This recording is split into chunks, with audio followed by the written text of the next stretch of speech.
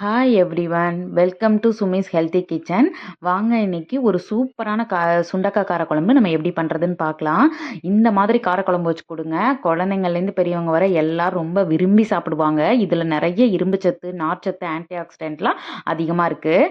இப்போ இதுக்கு நான் 1 கப் சுண்டக்காய் எடுத்துக்கிறேன். அதை இந்த மாதிரி தட்டிக்கோங்க. நீங்கள் தனித்தனியாக இந்த உரலில் வச்சு கூட தட்டிக்கலாம். இந்த மாதிரி தட்டி ஒவ்வொன்றா எடுத்து வச்சுக்கோங்க.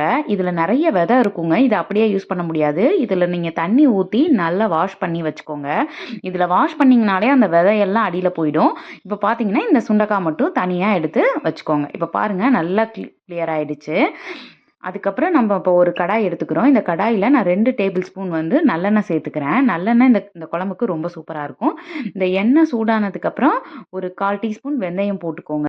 வெந்தயம் பொரிஞ்சதுக்கப்புறம் ஒரு 1/2 டீஸ்பூன் கடுகு, சீரகம் இது போட்டு இது நல்லா பொரிஞ்சு வரும். இப்போ பாருங்கள் பொரிஞ்சிருச்சு. இப்போ ஒரு 10 பல்லு பூண்டு அதையும் சேர்த்துக்கோங்க. இந்த பூண்டு நல்லா வதங்கட்டும் இந்த எண்ணெயிலேயே. இந்த பூண்டு சேர்த்து வதங்கினோம். ஒரு பெரிய வெங்காயத்தை நான் கட் பண்ணி எடுத்து வச்சுருக்கேன் சின்ன சின்னதாக, அதையும் சேர்த்துக்கோங்க. அதை சேர்த்து இதிலே வதக்கிக்கோங்க. இது லைட்டாக ப்ரௌன் ஆனதுக்கப்புறம் கொஞ்சம் உப்பு, கொஞ்சம் மஞ்சத்தூள் இதையும் சேர்த்து அதிலே வதக்கிக்கோங்க. இப்போ நான் ஒரு பெரிய தக்காளியை அரைச்சி இந்த மாதிரி எடுத்து வச்சுருக்கேன், அதையும் சேர்த்துக்கோங்க. இது குழம்புக்கு நல்ல திக்னஸ் கொடுக்கும். இதையும் சேர்த்து அந்த எண்ணெயிலே நல்லா வதக்கிக்கோங்க. இப்போ நான் வீட்டில் அரைச்ச குழம்பு மிளகாத்தூள் போடுறேன். இதில் வந்து 2 டீஸ்பூன் எடுத்துக்கோங்க. இது இல்லாதவங்க 1 டீஸ்பூன் மிளகாத்தூளுக்கு 2 மடங்கு வந்து கொத்தமல்லி தூள் சேருங்க, நல்லாயிருக்கும்.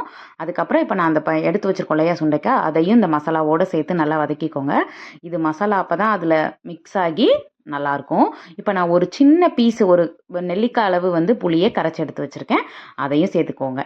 சேர்த்துட்டு தேவையான அளவு தண்ணி சேர்த்துக்கோங்க. உங்களுக்கு கொஞ்சம் தண்ணி எவ்வளோ வேணுமோ நீங்கள் அந்த அளவுக்கு சேர்த்துக்கலாம்.